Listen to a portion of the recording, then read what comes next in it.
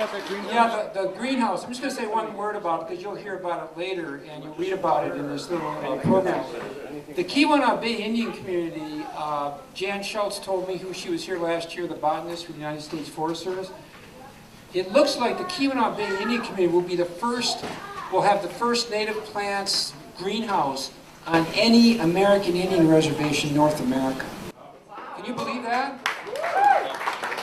So you'll be hearing more about that, but I was just deeply honored. I had sent an invitation over to the tribe last week, and I didn't know if we were going to have some representatives. And I just found out that we have the president of the Keweenaw Bay Indian Community with us tonight. Came over from Berica. Chris, you're going to hear from him. Just bring a greeting, will you, Chris? And if you'd like to, that would be wonderful. Good evening, everybody. Thank you for allowing me to speak here tonight. The Keweenaw Bay Indian Community is happy to be partnering with the Cedar Tree Institute and the U.S. Forest Service and trying to protect native plants and bring them back home here. One day we hope the Keweenaw Bay Indian Community will be regarded as pioneers to bring these native plants back home here.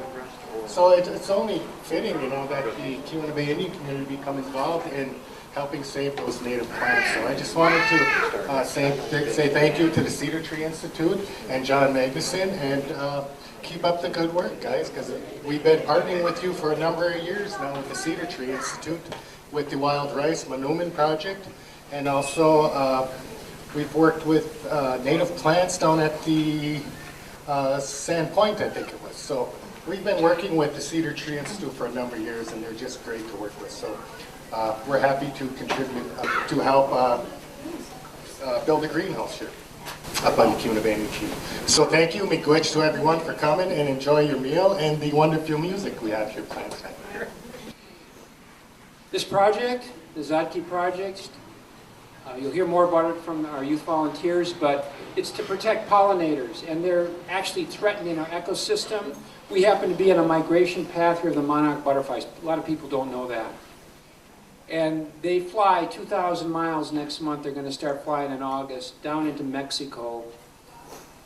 They ride the thermal winds, 18 inches off the ground, 2,000 feet in the air. That's over 2,000 miles they fly. And one of our dreams is to have some of these young people travel and follow them one day into Mexico. So that's a dream. We'll see if that happens.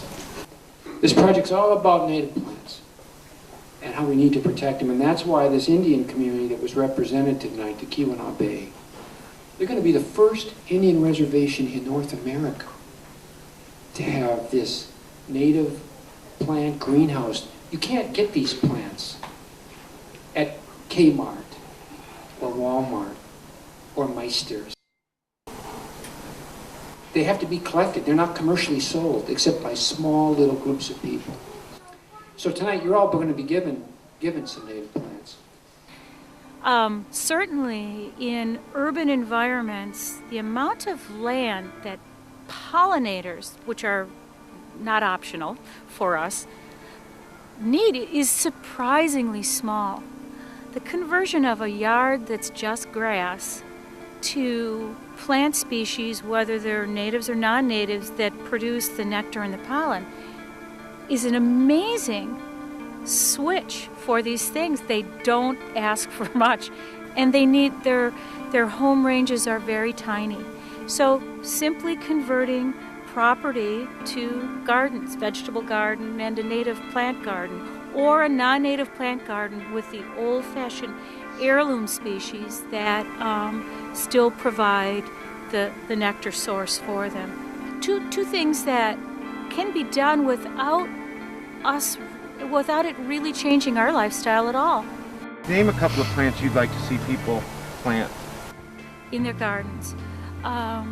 Actually, milkweed has gotten a very bad rap, and some species are easier to put in cultivation or put in a garden than others, but boy, do insects use them. They're perennials, they're hardy. Some species are fairly diminutive in a plant setting, so extremely useful. And then another one that has gotten a bad rap, we have about 12 species of solidago or goldenrod here in the Upper Peninsula. If anybody wanted to really learn pollinators, what they look like, plant goldenrod and just stand there. First of all, the plant is beautiful. And secondly, it is extremely useful to just a whole host of pollinators, from soldier beetles to all kinds of wasps and bees and butterflies. Amazing. They're perennial, they're really pretty. We take them for granted in this country because we have so many species of goldenrod, but in Europe, they're the rage. They think more highly of our goldenrods apparently than we do. We tend to think of them as weeds. We tend to think of them as weeds because some species are fairly robust and will colonize areas, pretty readily. Some of them are really diminutive and kind of dainty, but in terms of native plants useful to our pollinators, those two species are keystone. You can put them in a garden border in the back. Easy to grow, can be grown from seed. Put the seed in the soil in the winter, let them stratify in the soil over the winter. They grow up next year.